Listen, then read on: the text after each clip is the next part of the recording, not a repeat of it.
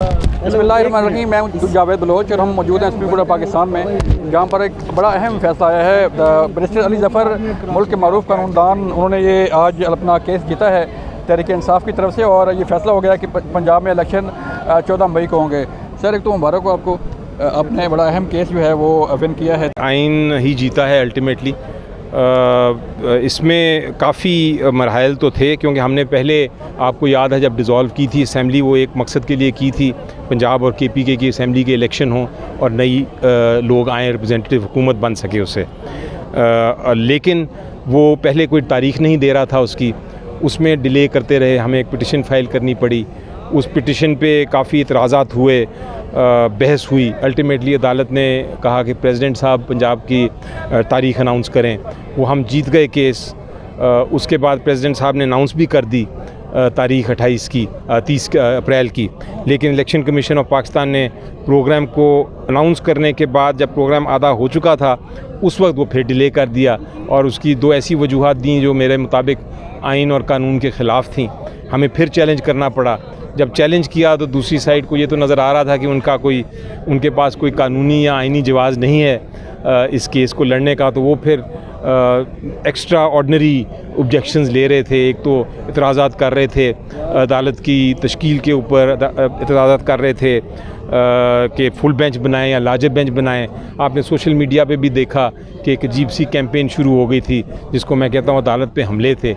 लेकिन इस सब के बावजूद अल्लाह का शुक्र है कि किसी किस्म का प्रेशर अदालत ना लेती है, ना लिया, ना इंशाल्लाह फ्यूचर में लेगी, और जो भी आइन कहता है उसके मुताबिक फ़ैसला कर दिया।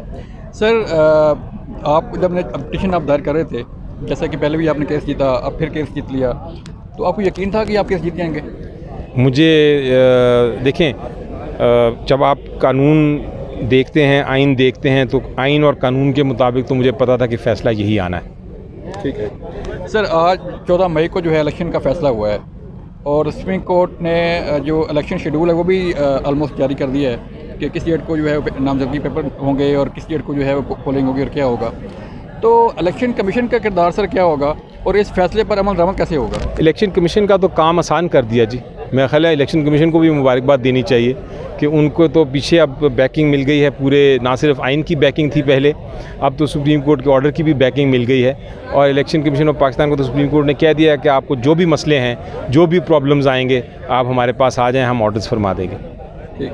तो सर, गवर्नमेंट के मुतालिक तौर से बताएं कि अब फैसला तो आ गया है, पहले भी अमल दरामद करना था, इलेक्शन कमीशन ने हुकूमत फंड फ्राहम नहीं कर रही थी, सिक्योरिटी फ्राहम नहीं कर रही थी, तो क्या अब हालात सारे ठीक हो जाएंगे कि 14 मई को इलेक्शन हो जाए? अब तो मेरा ख्याल है इससे वाज़े फैसला नहीं हो सकता। ये दो इशूज़ थे, बिल्कुल आपने दुरुस्त फरमाया कि पैसे नहीं दे रही थी हुकूमत को कह दिया कि आप पैसे दें।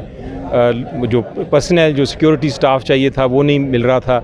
अब हुकूमत ने कहा है, हुकूमत को कहा है, प्रोविंशियल हुकूमत को भी कहा है, फेडरल हुकूमत को भी कहा है कि आप जो पर्सनल रिक्वायर्ड है वो दें, चाहे वो पुलिस से हो, अफवाज पाकिस्तान से हो, रेंजर्स से हो, पैरामिलिट्री फोर्सेस से हो, या कोई और तरीके से हो। हमने सजेस्ट किया था रिज़र्व फोर्सेस से ले लें पर्सनल, तो वो भी बड़ा वाज़े कर दिया है कि अब आप देंगे, आपको ये पैसे भी देने हैं और पर्सनल भी देना है। सर, आप सीनियर कानूनदान हैं, चीफ साहब की कोर्ट ने पहले 5 रुकनी बेंच बना, फिर 2 जज साहबान ने अपना को विड्रा कर लिया, फिर 3 रुकनी रह गया, इससे पहले भी जो है वो 9 रुकनी बेंच बना, फिर टूटता गया। तो क्रेडिबिलिटी जो है सुप्रीम कोर्ट की, जब जजेस के आपस में इख्तिलाफात सामने आ रहे हैं, तो क्वेश्चन नहीं उठता? आप क्या समझते हैं कि क्या? देखें, मैं हमेशा ये कहता था, बल्कि मैं जब एक फ़ैसला यूनानिमस होना, यानी सारे एक साथ ही करें फ़ैसला, सुप्रीम कोर्ट के जजेस, तो मैं हमेशा कहता हूँ कि ये कोई गड़बड़ है। ये कैसे हो गया कि सब एक ही, किसी का व्यू ही नहीं है? तो मेरी नज़र में डेसेंट जो है वो एक बड़ा खुशाइन बात है। आप किसी भी बड़े सुप्रीम कोर्ट को देख लें, वहाँ हर जज अपनी अपनी ओपिनियन रखता है और हर जज अपनी अपनी ओपिनियन का फ़ैसला करता है। तो हमें ये डेसेंट को इख्तलाफ नहीं कहना चाहिए, ये गलत लफ्ज़ है, ये एक ओपिनियन है।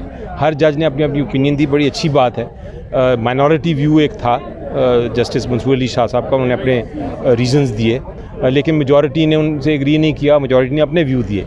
तो फ़ैसला सुप्रीम कोर्ट का वही होता है जो मेजॉरिटी का हो। माइनॉरिटी की आप ज़रूर फ़ैसले की इज़्ज़त करते हैं और उसको समझते हैं, लेकिन वो फ़ैसला नहीं होता, जजमेंट नहीं होती, फ़ैसला मेजॉरिटी से ही होता है। ठीक है सर, बीइंग कानूनदान, आप क्या समझते हैं? हुकूमत ने पहले भी जो है वो अदम एतमाद किया था इस बेंच पर, और कहा था कि ये अदम एतमाद कर रहे हैं, तो जब उन्होंने अदम एतमाद कर दिया तो फिर ये फैसला कैसे तस्लीम करेंगे सर? देखें, ये हमारी आइन में गुंजाइश नहीं है।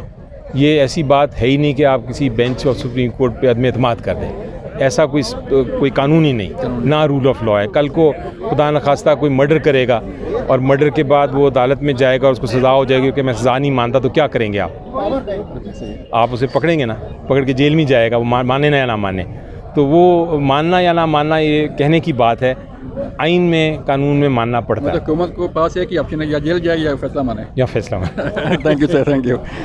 बिल्कुल, जैसे आपने सुना बैरिस्टर अली ज़फ़र साहब ये बता रहे थे कि किस तरह ये हियरिंग हुई, किस तरह किन मराहिल में ये समाअत हुई और फिर बिलाखिर जो है ये फ़ैसला आ गया। और एक बड़ी अहम बात उन्होंने जो है वो कही है कि हुकूमत को ये फ़ैसला मानना पड़ेगा। दो ही ऑप्शन है, या तो ये फ़ैसला तस्लीम कर लें या फिर जेल जाएं। ये बैरिस्टर अली ज़फ़र का कहना था। लेकिन सवाल फिर यही उठता है कि इस फैसले पर अमल दरामद कौन करेगा? इलेक्शन कमीशन करेगा, हुकूमत करवाएगी इस फैसले पर अमल दरामद, क्योंकि पहले ही अदम एतमाद कर चुकी है हुकूमत, तो फिर कैसे इस पर अमल दरामद होगा? ये बड़ा अहम क्वेश्चन है।